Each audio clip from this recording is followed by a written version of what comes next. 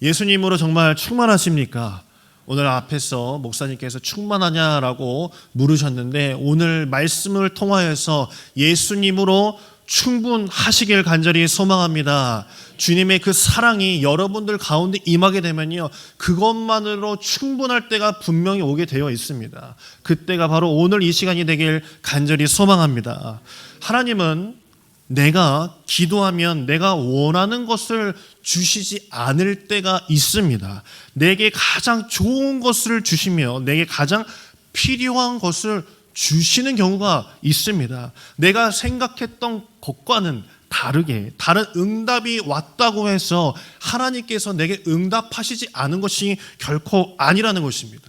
하나님이 허락하신 거라면 그 모든 응답에는 하나님의 사랑이 담겨 있음을 믿으시길 바랍니다. 그렇기 때문에 주님께서 내게 응답하시는 그 모든 것들은 주님의 그 음성과 그 말씀에 사랑이 담겨 있기 때문에 그것이 곧 충분해진다라는 것을 말씀드리는 것입니다. 오늘 이 밤에 주님께서는 저에게 가장 좋은 것을 주시려고 우리를 이곳에 부르신 줄 믿습니다. 성령의 능력과 권능이 여러분 위에 임하길 간절히 소망합니다. 그것이 하나님께서 원하시는 것입니다.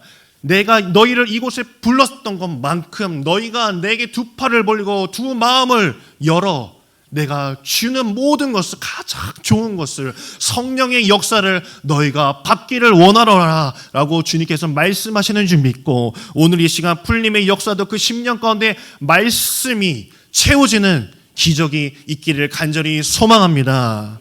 오늘 말씀에 이 다윗이 나옵니다. 다윗이야말로 하나님의 사랑과 좋은 것을 흡족히 누린 자들 중에 하나라고 말할 수 있습니다. 하나님의 마음에 합당한 자였습니다. 성경은 그 모든 근원, 이 성공의 이 원인을 이렇게 정리하는데 만군의 주님께서 다윗과 함께 하심으로 다윗은 점점 강대하셨다라고 성경에서는 이렇게 표현하고 있습니다.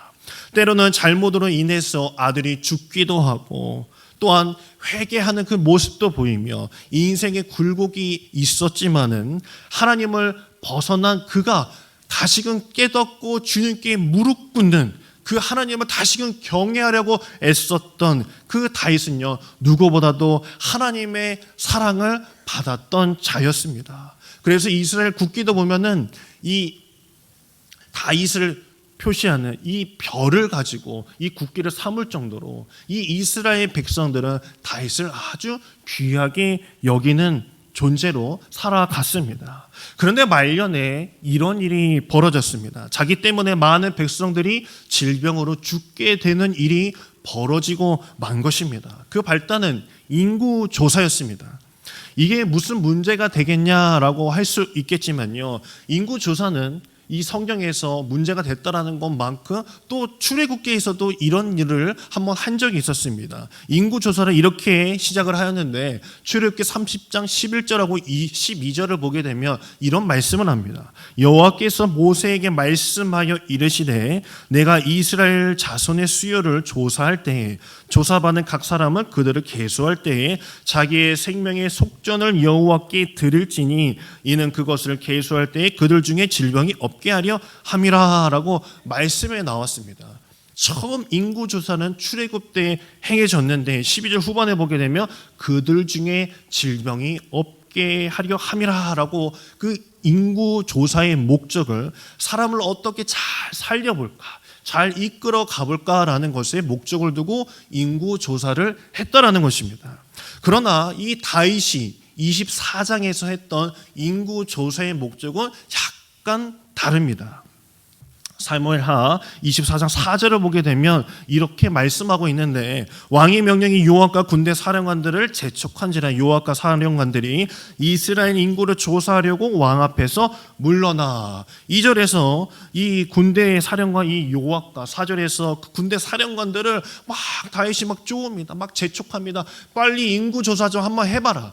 인구조사 좀 해봐라. 빨리 가서 빨리 해봐라. 지금 여기 앉아서 뭐하고 있니? 내가 명한 거 지금 못 들었니? 빨리 나가봐 라고 해서 인구조사를 명하게 됩니다. 목적이 달랐습니다. 무슨 행정부 그런 장관들 부른 게 아니라 이 군 사령관들을 불러다가 인구 조사를 시킨 것이죠. 역대상 21장 1절을 보게 되면요, 이 다윗이 인구 조사를 한 것을 이렇게 이야기하기도 합니다. 사탄이 일어나 이스라엘을 대적하고 다윗을 충동하여 이스라엘을 계수하게 하니라라고 인구 조사를 한 다윗을 사탄의 부추김이었다라고까지 이렇게 이야기합니다. 고대 세계에서는요, 인구 조사가 되게 두 가지 목적을 가지고 있습니다. 내가 수용할 수 있고 가용할 수 있는 군인의 수는 얼마나 되는지, 그것이 하나의 목적이고, 다른 하나의 목적은 세금을 얼마나 걷어들일 수 있는지 징수하기 위한 목적이었습니다. 왕들은 누구나 자기가 통치하는 나라에 대한 현황을 파악하는 것을 원하죠. 통제력을 강화하기 위함입니다. 그러나 성경에서는 그것만큼은 하지 말라라고 이야기했던 것 중에 하나가 바로 많은 병거를 두지 말라라는 말씀이 나옵니다. 신명기 17장 16절을 보게 되면요, 그는 병마를 많이 두지 말 것이요 라고 하나님께서 말씀하십니다. 이것은 이스라엘 왕들이 세워지게 되면 너희는 그 가운데 성 안에 병마를 두지 말라라고 하나님께서 말씀하셨습니다. 이 병마, 이 군인이 많아진다는 것은 이 왕이 그 숫자를 믿기 시작하기 때문에 그것을 금하였다라고 신명기에도 나오는 것입니다. 이것을 알고 있었던 다윗임에도 불구하고 다윗의 눈은 가려지기 시작을 했습니다. 숫자에 가려지기 시작했습니다. 하나님의 뜻을 바라보지 못했던 것입니다. 이것을 말린 사람이요, 군대 장관 요압이었습니다. 다윗의 명령이 하나님으로부터 이탈하는 사실을 눈치채고 나서 왕에게 가서 이렇게 이야기합니다. 역대상 21장 3절을 보게 되면 어찌하여 임금님이 이렇게 행하십니까? 어찌하여 이스라엘을 벌받게 하시려고 이런 일을 벌이십니까? 라고 옆에서 막 충원을 하게 됩니다. 어찌하여 계속 이야기를 하게 되는 것이죠. 그러나 이 다윗은 요지부동합니다. 아니다, 나는 이걸 해야 된다 라고 막 고집을 부리게 되었습니다. 요압은 왕을 설득할 수 없다는 것을 알고 나가서 인구 조사를 하게 됐는데 이스라엘에는 10만 명, 그리고 유다에는 47만 명이라는 엄청난 인원의 군인의 수가 조사가 되었습니다. 다윗은 그 상황을 흐뭇하게 받아들였어요. 오히려 사사기에 기드온의 그 300용사와 정반대되는 모습으로 가고 있었던 것이죠. 하나님이 원하시는 것과 달랐던 것입니다.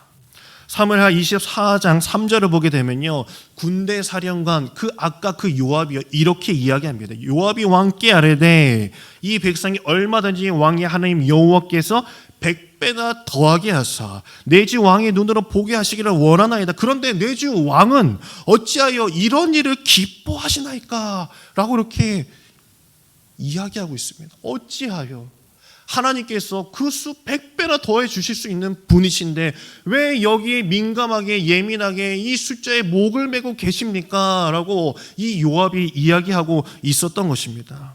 사람이 숫자에 민감하기 시작을 하게 되면요, 좋은 결과로 넘어가기가 쉽지 않습니다. 내가 얼마나 버는지 남과 비교하기 시작을 하게 되면요, 그때부터 지옥이 시작이 되는 것입니다. 교인수를 확인하며 비교하는 순간 그 숫자의 노예가 되어버리는 것이죠. 잘 알다시피 전쟁은 하나님께 속한다는 그 말씀이 있습니다. 사무엘상 17장 47절을 보게 되면 이렇게 이야기하죠. 구원하심이 칼과 창에 있지 아니함과 그리고 전쟁은 여호와께 속한 것인지 그가 너희를 우리 손에 넘기시리라 라고 말씀합니다. 이거 누가 한 말인지 아시겠습니까? 누가 한 말일까요? 다윗이 한 이야기입니다. 다윗이 이렇게 이야기했어요. 그 소년 다윗은 하나님 앞에서 충실하고 순종했던 다윗은요, 칼과 창에 있지 아니하고 주님의 손에 있습니다라고 했던 그 다윗이요, 내 손에 있습니다라고 인구조사를 하기 시작했다라는 것입니다. 하나님이 보시기에 어떠했겠습니까? 얘 변했구나. 처음에는 이런 마음이 아니었는데 다 내 손에 있다고 하더니 이제는 지 손에 다 있다고 하네 라고 여기기 시작을 했다는 것입니다. 그 즉시 하나님께서는 가시라는 선지자를 보내셨죠. 본인만을 생각하는 이 다윗에게 너의 죄를 물어 벌하겠다라고 말씀하십니다. 그리고 24장 13절을 보게 되면 다시 다윗에게 고르라고 합니다. 첫 번째로는 7년 동안 기근이 있을 것이다.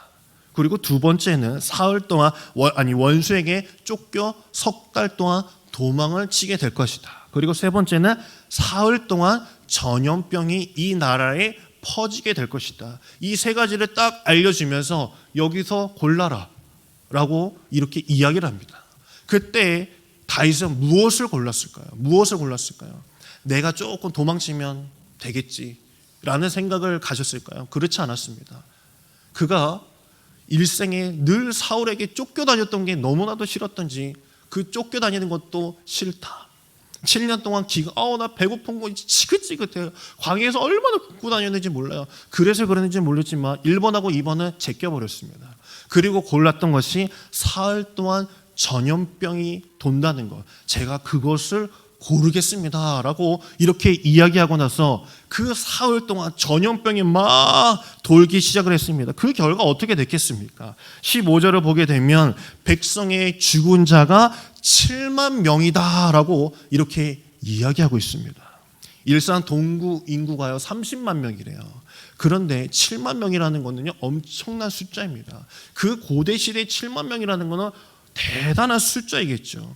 그 다윗은요 백성들은 안중이 없었습니다. 나는 이거 놓칠 수 없어 라고 하면서 백성들이 죽든지 말든지 그런 거 상관하지 않으며 자기는 앞으로 막 나가기 급급했던 것이죠. 다윗의 삶을 보면 어이없는 일들이 많았습니다. 그럼에도 하나님이 그를 들으시는 이유는 주님 앞에 엎드릴 줄 아는 자였기 때문에, 회개할 줄 아는 자였기 때문에 그를 하나님께서 다시금 부르신 것이거든요. 17절을 보게 되면요 이렇게 말씀합니다. 다윗이 백성을 치는 천사를 보고 곧 여호와께 아뢰어 이르되 나는 범죄하였고 악을 행하였거니와 이 양 무리는 무엇을 행하였나이까 청하건대 주의 손으로 나와 내 아버지의 집을 치소서 라고 하면서 후회를 하기 시작합니다. 7만 명이 이제 죽어나가니까 야 진짜 이러다 큰일 나겠구나, 정말 주님이 마음 먹고 우리를 치고 계시구나 하면서 그가 바짝 엎드리게 되었습니다. 또 하나님께서는요 마음이 약하세요. 그 기도를 들으시고 나서 이 갓을 다시 보내셔서 다윗에게 이렇게 이야기하십니다. 18절에 보게 되면 아라우나의 타작 마당을 사서 거기서 제단을 쌓고 번제와 제사를 드리라 라고 말씀하십니다. 그리고 다윗은 그 아라우나에게 그 값을 주고 그 타작 마당을 구입하게 되지요. 자, 사무엘하 24장 24절을 보게 되면요 이런 말씀이 나옵니다. 내가 값을 주고 내게서 살이라 값 없이는 내 하나님 여호와께 번제를 드리지 아니하리라 하면서 그 일대의 땅, 타작마당을 이뤘던 그 땅을 다 구입하고 그곳에서 기도하기 시작을 했습니다. 하나님은 그 25절에 그제서야 그 모든 재앙을 멈추셨다라고 말씀합니다. 이 타작마당은 하나님의 은혜가 베풀어지는 수확의 자리인 동시에 심판의 자리가 된 것입니다. 다윗에게는 내면의 알곡과 그 쭉정이를 갈라놓는 타작마당이 되게 했습니다. 타작마당이라는 것은요 그 알곡과 쭉정이를 팍팍팍 쳐가지고 그것을 갈라놓는 곳입니다. 타작하는 곳이고 때리는 곳이거든요. 여기서 다윗은 하나님을 다시금 만났고 내가 잘못했구나, 내가 지금까지 내 손에 쥐는 것을 내가 세고 있었구나라는 것을 깨닫고 뉘우치고 회개하며 용서를 구하는 자리가 되었다라는 것입니다. 바로 오늘날 교회가요 타작마당이 되는 것입니다. 예배하는 이 날은요 타작하는 시간입니다. 일주일 동안 내가 세상 가운데 살아가고 예수 믿는 사람이나 안 믿는 사람이나요 별로 크게 다르지는 않지만 그러나 주일 아침이 되면 다 갈라지잖아요. 예수 믿는 사람은 교회로 가고 예수 믿지 않는 사람은 세상에 머물고 있으면서 발걸음이 갈라집니다. 천국과 지옥이 갈라지든 말입니다. 그래서 예배 시간은 갈라지는 시간, 타작하는 시간이 되는 것입니다. 그렇기 때문에 하나님께서는 그 다윗에게 그 타작 마당을 사서 너가 그곳에서 제사 드리라. 너가 무엇을 갈라내야 되는지 너가 알아야 된다. 그 타작하는 일들을 보고 너가 무엇을 타작해서 너가 무엇을 가져와야 되고 무엇을 버려야 하는지를 너희가 알아야 된다라고 하나님께서는 말씀해 주고 계셨다는 것입니다. 예배하는 이 자리가요, 하나님 앞에서 타작하는 시간이 될 줄 믿습니다. 오늘 이 시간이, 이 굿모닝이라는 이 제단이요, 내 죄를 깨닫는 곳, 바로 변화가 되어가는 곳, 하나님의 위로가 그때부터 시작되는 곳이 되길 간절히 소망합니다. 내가 내 스스로 타작하지 않게 되면요, 내가 나 스스로 죄 가운데 살아갈 수밖에 없습니다. 주님과 점점 멀어질 수밖에 없다라는 것입니다. 그렇기 때문에 주님은 이 타작마당을 사서 너희가 그곳에서 제사를 드려야 된다라고 말씀해 주신 것이죠. 그런데 재미난 것은 이 성전의 터는요, 여러 가지 의미가 있습니다. 이 타작마당이 재미난 곳입니다. 그 장소는요, 아브라함이 이삭을 번제로 바쳤던 모리아산입니다. 그리고 바로 다윗이 회개하고 제단을 쌓았던 이 타작마당도 모리아산입니다. 또한 다윗이 값을 주고 타작마당, 이 하나님의 언약의 장소로 삼았던 곳, 이것은요 곧 역대하 3장 12절을 보게 되면 하나님의 성전의 터로 삼으십니다. 다윗이 그 성전의 터를 구입을 하고 나서 역대하 3장 1절과 2절을 보게 되면 솔로몬이 예루살렘 모리아산에 여호와의 전 건축하기를 시작하니 그곳은 전에 여호와께서 그의 아버지 다윗에게 나타나신 곳이요 여보스사라 오르난의 타작마당에 다윗이 정한 곳이라 라고 말씀하고 있습니다. 곧 아브라함이 이삭을 바쳤던 그 모리아산, 너는 산의 길을 걸어서 모리아산으로 가라. 그 모리아산, 그 다윗이 타작마당을 구입했던 그 산이 모리아산이고 성전을 지었던 그 타작마당이 바로 그곳이고, 그리고 예수님께서 십자가에 달리신 그 산도 모리아산, 그 타작마당을 했던 그 곳이라는 것입니다. 바로 모리아산은 이삭을 바치라는 시험과 다윗에게 던져진 그 심판만 있었던 것이 아니라 스스로 돌이키신 하나님의 마음, 그 하나님의 사랑을 우리에게 예수님을 통해서, 다윗을 통해서 보여주셨던 그 장소라는 것입니다. 창세기 22장에 아브라함이 에게 이삭을 데리고 너가 모리아산으로 올라가라 라고 하나님께서 말씀하셨을 때요, 저는 생각했어요. 야, 아브라함도 대단한 순종의 사람이지만 제 눈에는요 그 아들 이삭이 너무나도 순종한 사람이다 라고 보여졌습니다. 이 이삭이 있었기 때문에 순종의 완성이 된 거예요. 아버지가 이삭에게 갑자기 예배하러 가자고 할 때 뭐 재물도 없어, 뭐도 없어, 이게 뭐하러 가는 거지? 라고 생각하지 않았겠습니까? 만약 이스마엘이었다면요 그런 모습이 나오지 않았을 수도 있습니다.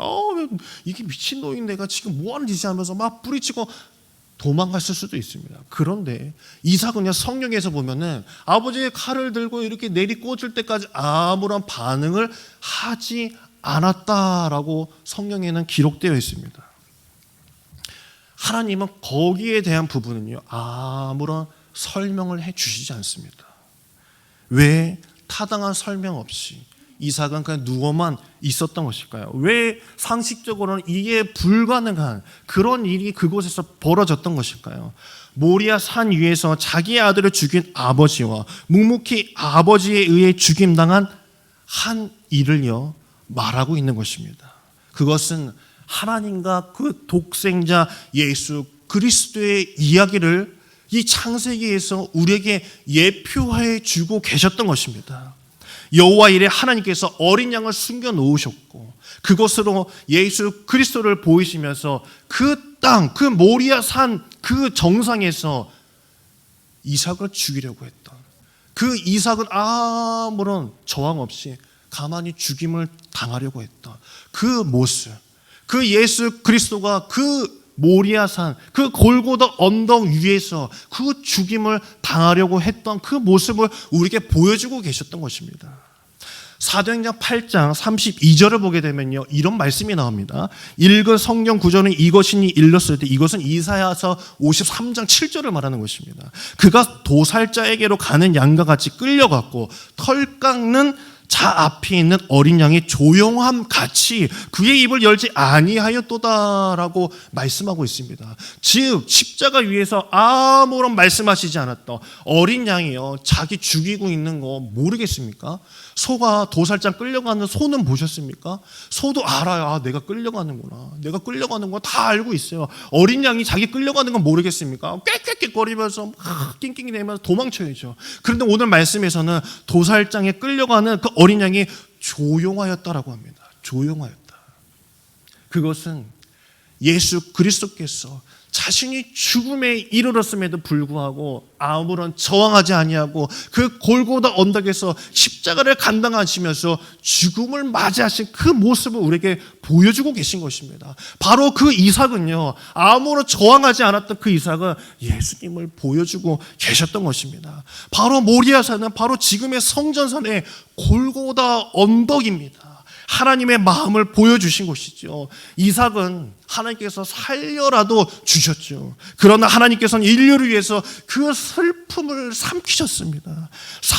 이 아브라함은 3일 길을 겪었지만요, 하나님은 수천 년 동안 자기 아들을 내 손으로 죽여야 한다는 사실을 알고도 수천 년 동안 그 길을 계속 걸어 나가셨어요.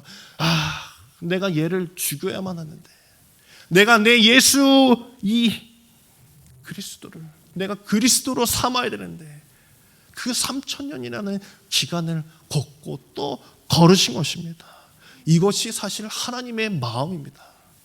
자신이 죽을 것을 알았음에도 주님께서 이 땅에 내려오셨습니다. 그 모리아 땅에서 생을 마감하셨습니다.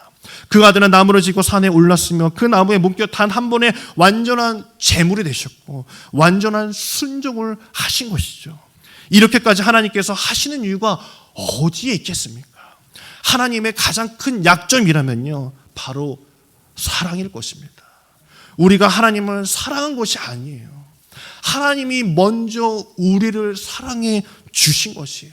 그래서 십자가를 감당하신 거예요. 잠잠한 그 어린 양과 같이, 그 누워있던 그 이삭과 같이 그 땅, 그 모리아 언덕에서 그 십자가를 감당하셨다는 것입니다. 십자가는요, 하나님의 무릎입니다. 주님이 우리를 위해서 내놓으신 것입니다. 이삭에게도 다윗에게도 그러하셨듯이 그 모리아산 꼭대기의 십자가는 절망의 자리도 마지막도 아니었습니다. 끝장나는 자리가 아니라 하나님의 사랑이 확증되어 간 곳, 죄의 끝과 시작하는 자리를 말하는 것이었습니다. 세상 사람들이 보기에는요, 십자가는 끝이었습니다. 에이, 예수 저렇게 조용히 죽는 것 보니까 쟤도 별 수 없는 그래 한 사람이었구나라고 그렇게 생각할지 모르겠지만, 하나님에게 그 십자가는 그리스도의 끝이 아니라 새로운 시작이 된 줄 믿습니다. 결국 모리아산의 이야기는요, 이삭의 이야기였고 다윗의 그 타작하는 그 뉘우침, 회개의 자리였고 예수 그리스도의 이야기가 있는 곳이고 바로 우리의 이야기가 되어가는 곳이 된 줄 믿습니다. 그 은혜가 오늘 저와 여러분에게 있기를 간절히 소망합니다. 예수로 충분하기를 간절히 소망합니다. 그것이 하나님께서 우리에게 원하시는 것입니다. 너희는 정말 내 사랑만으로도 족하느냐? 아직도 나에게 달라는 것을 내가 주지 않았어. 만족치 못하고 있느냐라고 묻고 계시는 것입니다. 결혼을 앞둔 이 교회, 이 청년들이요, 가끔 이런 질문을 할 때가 있습니다. 자네는 왜, 형제님은, 왜 자매님은 저 형제와 저 자매와 결혼을 하게 됐습니까? 라고, 어떻게 사랑하게 됐습니까? 라고 이렇게 물으면은요, 뭐 가정 환경이, 성격이 좋아서, 뭐 외모가 마음에 든다, 뭐 신앙이 좋아서 뭐 결혼하게 된다, 여러 가지 이유가 있습니다. 그런데 가끔은 이런 대답을 들을 때가 있습니다. 저 사람을 왜 사랑하는지 글쎄 저는 잘 모르겠어요. 그런데 그냥 좋아요. 그냥 사랑하니까 모든 것이 좋아 보여요. 라고 이렇게 이야기할 때가 있습니다.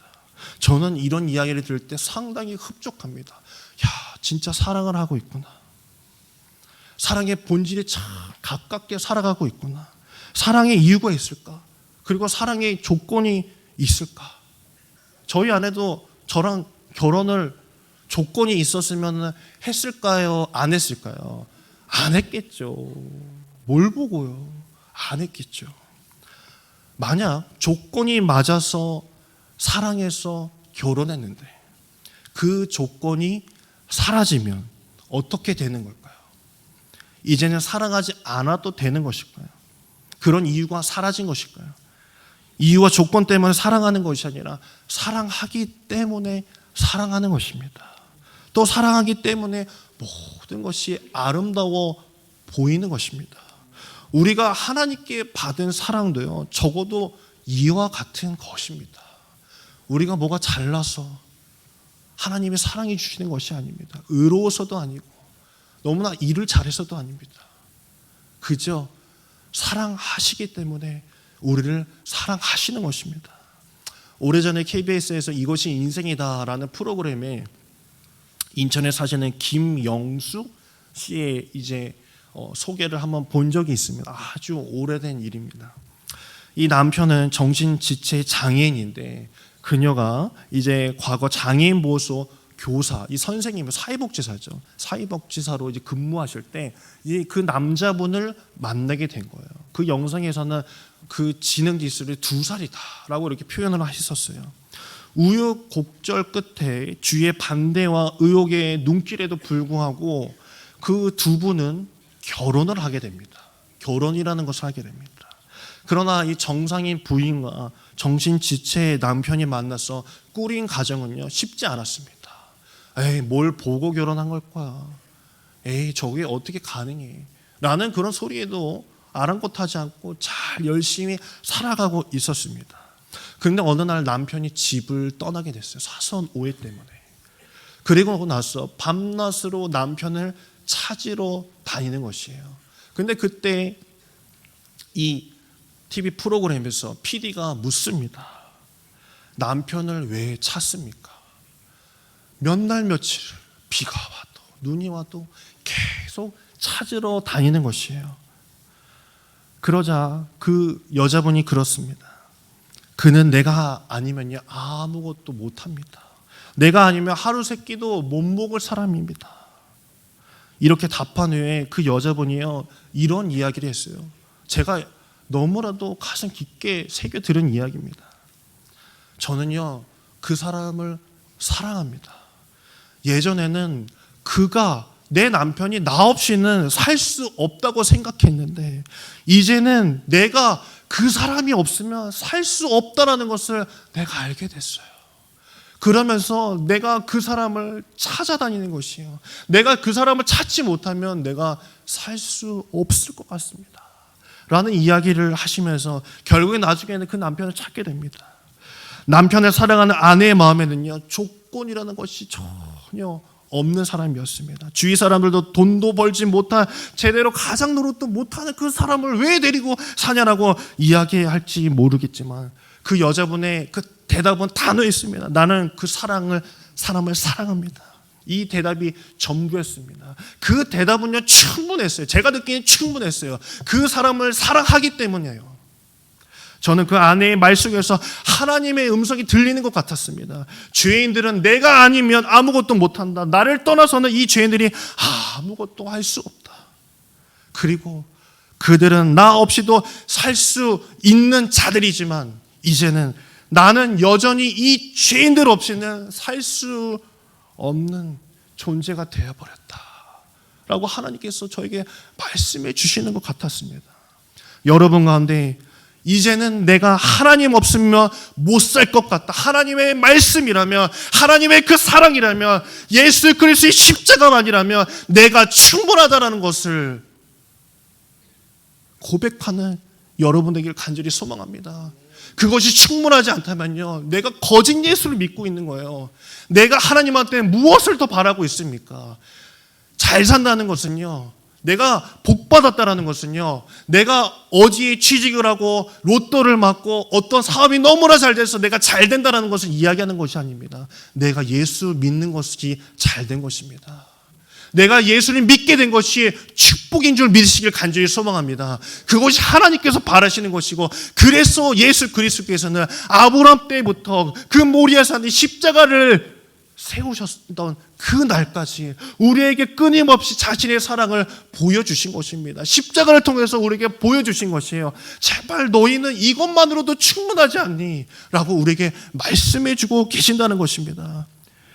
하나님의 결심과 그 사랑이 숨어있는 이 재단을 통해서요, 여러분들이 복된 여러분 되길 간절히 소망합니다. 축복이 임하였다는 것을 여기고 살아가는 여러분 되길 간절히 소망합니다. 오늘도 그 모리아산, 그 십자가는요 계속되고 있습니다. 이 말은요 하나님의 사랑이 계속되어 가고 있다는 이야기입니다.